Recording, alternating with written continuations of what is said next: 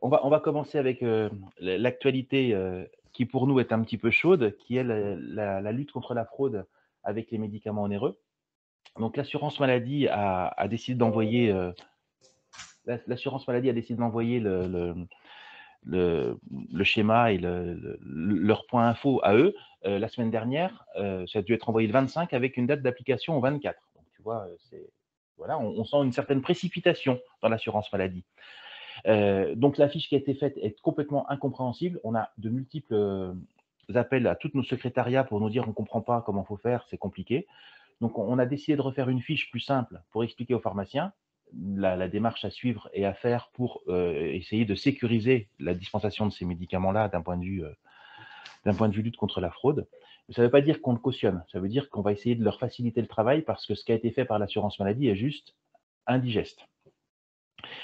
En fait, on se rend compte que c'est très, très difficile à mettre en œuvre. Il y a beaucoup de remontées de terrain qui nous disent: «On n'y arrive pas, on ne sait pas, on va prendre des risques» et notre secrétaire général a fait un sondage sur Pharmaction qui est assez parlant puisqu'il y a 77 des pharmaciens qui répondent à ce sondage en disant: «Moi maintenant, quand j'aurai à dispenser un produit cher, je ne le ferai que si je connais le patient, que si je ne prends pas de risque». Donc ça veut dire que tout nouveau patient ou des patients qui vont se déplacer pour aller, dans leur famille ou aller en vacances et qui auront besoin de traitement, risquent dans, 80 des cas de se voir dire: «Bah, écoutez, non, je ne fais pas parce que je prends un risque et ce risque, j'ai pas envie de le prendre».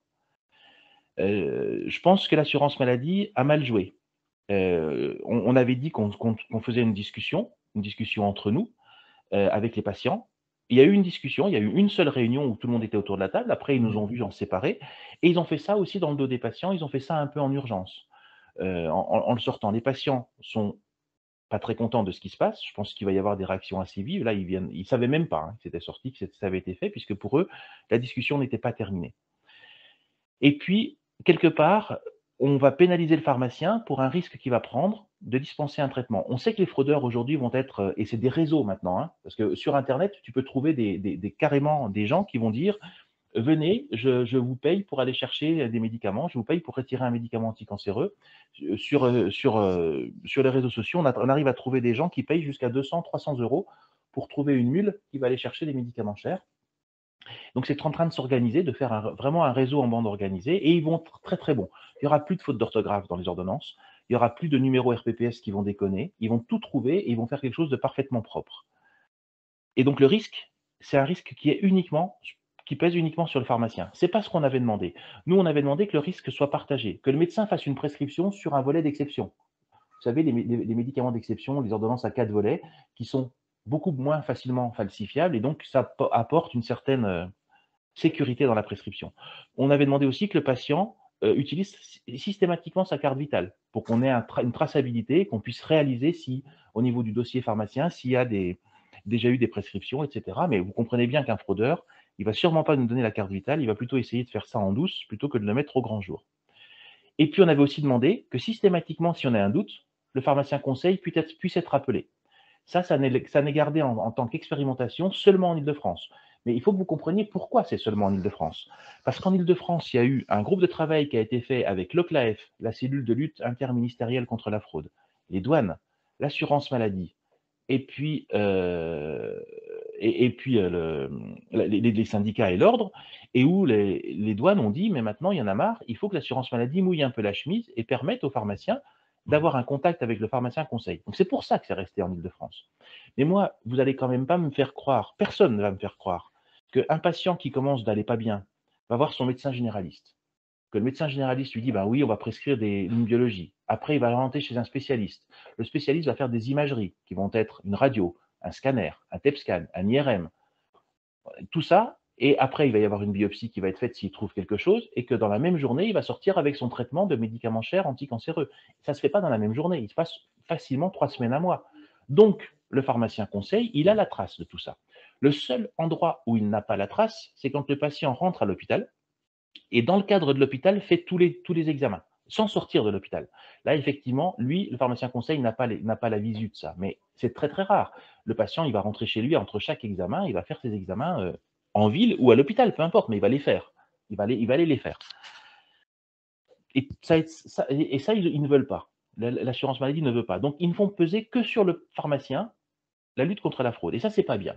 En plus, si vous voulez, s'il y a un pharmacien qui se met à frauder parce que lui-même, il dispense des médicaments qui ne sont pas prescrits, ils savent les retrouver et là, que l'indu soit fait au pharmacien ne me pose aucun souci. En revanche, quand c'est un patient qui fraude, je ne comprends pas pourquoi l'assurance maladie ne va pas faire l'indu au patient lui-même, puisque c'est lui qui est à l'origine de la fraude.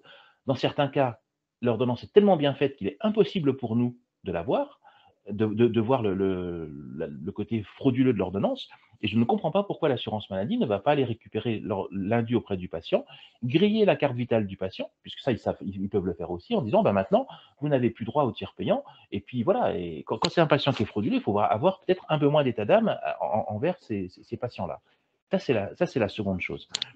Enfin, on sait que tout ça, ça va avoir un temps qui va être le temps de l'apparition de la e-prescription. La e-prescription, ça a pour but de sécuriser la prescription, de faire que c'est une prescription unique qui va pouvoir être faite par un médecin, envoyée sur un serveur, reprise par le pharmacien, et le pharmacien il va pouvoir désactiver le code unique qui va faire que la prescription, elle ne sera plus utilisable. La e-prescription, c'est une sécurisation. Et alors, il faut bien faire attention, quand on en parle, de ne pas en faire un parallèle avec la prescription électronique qui peut être faite par certains médecins, envoyée sur le mail des patients ou sur le mail de la pharmacie. C'est déjà un peu mieux, mais voilà. Et qui n'est absolument pas une sécurisation de l'ordonnance, sauf quand c'est par messagerie sécurisée, mais c'est jamais le cas. Donc, cette e-prescription doit être l'élément qui va nous permettre de lutter contre la fraude. Simplement, la e-prescription, elle ne sera pas avant 2024. Et quand on écoute tous les acteurs, ils nous disent elle sera sûrement en ville en 2024, si tant est que les médecins veulent bien l'utiliser, mais dans les hôpitaux, elle sera, on ne sait pas quand, parce que les hôpitaux ne sont pas prêts. Et les prescriptions chères viennent essentiellement de médecins hospitaliers. Donc voilà, donc nous, on n'est pas du tout d'accord sur cette façon de faire. Des courriers vont partir au directeur de caisse signés des différents présidents départementaux de l'USPO. On a aussi demandé de faire remonter au directeur de caisse et aux pharmaciens conseils tous les soucis qu'on rencontre, et il y en a déjà énormément, et d'être en copie à l'USPO pour faire remonter à Paris, à la CNAM, en disant vous voyez bien que ce que vous avez fait ne va pas. L'assurance maladie, quand elle m'a envoyé ce qu'ils allaient envoyer aux pharmaciens, elle m'a demandé mon avis, j'ai dit que ce n'était pas assez abouti. Elle m'a demandé si on en faisait la publicité avec eux, une communication avec eux de la mise en place de ça. Moi, j'ai refusé. Bon, apparemment, tout le monde n'a pas refusé puisque l'autre syndicat l'a publié. Enfin, c'est associé à l'assurance maladie pour le publier. Donc voilà, pour moi, c'est trop vite, c'est mal ficelé, il y a trop de risques, et le risque, il est essentiellement au niveau des patients, parce que je pense que le pharmacien ne va pas prendre le risque de dispenser son traitement et d'avoir un indu, donc il ne le fera que quand il en aura la certitude. Mais il y aura des cas où il n'aura pas la certitude. Et il y a une chose aussi que je voudrais que vous rajoutiez, c'est que quel risque prend un pharmacien s'il refuse de dispenser l'ordonnance parce qu'il a un doute et qu'en fait l'ordonnance était bien valable? Moi, j'ai posé la question à l'ordre en disant quel risque on prend. L'ordre me dit que le pharmacien risque une plainte et risque des soucis au niveau pénal et au niveau ordinal déjà. Donc là, je leur ai demandé de me faire une étude là-dessus, que je n'ai pas encore, puisque je l'ai fait hier à Bruno Malène, au président de la section A. Mais je pense que là, l'assurance maladie va piéger le pharmacien qui va peut-être se mettre en défaut de réglementation s'il refuse de dispenser une ordonnance parce qu'il a un doute légitime, et que du coup, cette ordonnance était bien valable et le patient en avait bien le droit de l'avoir.